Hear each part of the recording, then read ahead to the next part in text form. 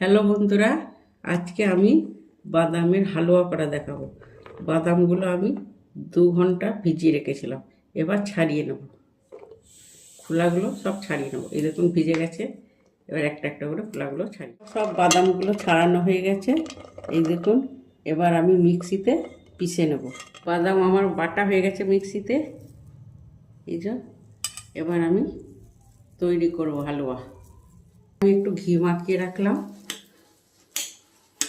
কেননা এটা ঢেলে দিলে তখন আর করা যায় না, জমে যায় তাড়াতাড়ি। আগে ঘি দিয়ে দিলাম। ঘিটা আমার গরম হয়ে গেছে। এবার আমি বাদামটা দিয়ে দিচ্ছি, বাদাম বাটা।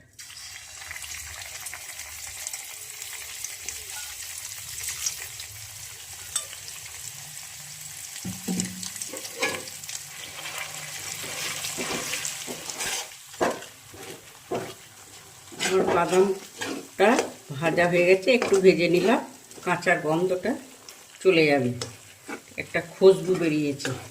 এবার আমি চিনি দিয়ে দিলাম।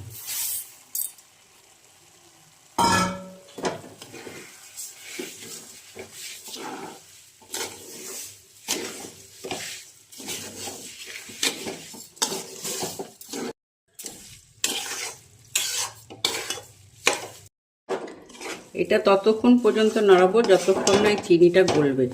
আর চুলোর আঁচ কিন্তু একদম ধিমে দিতে হবে, নাহলে পুড়ে যাবে।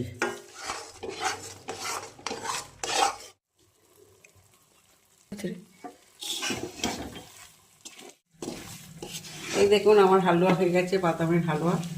হালুয়ার ঘি ছেড়ে দিয়েছে, এই দেখুন। এবার আমি নামিয়ে দেবো। খুব একটা সুন্দর খুশবু বেরোচ্ছে। এবার নামিয়ে দিলাম।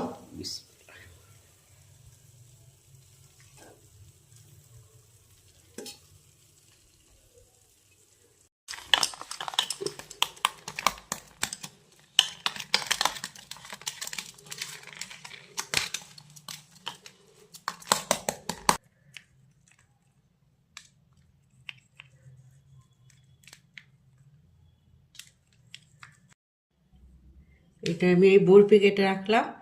এটা সঙ্গে সঙ্গে না কাটলে জমে যাবে, তখন আর কাটতে পারবো না, শক্ত হয়ে যাবে।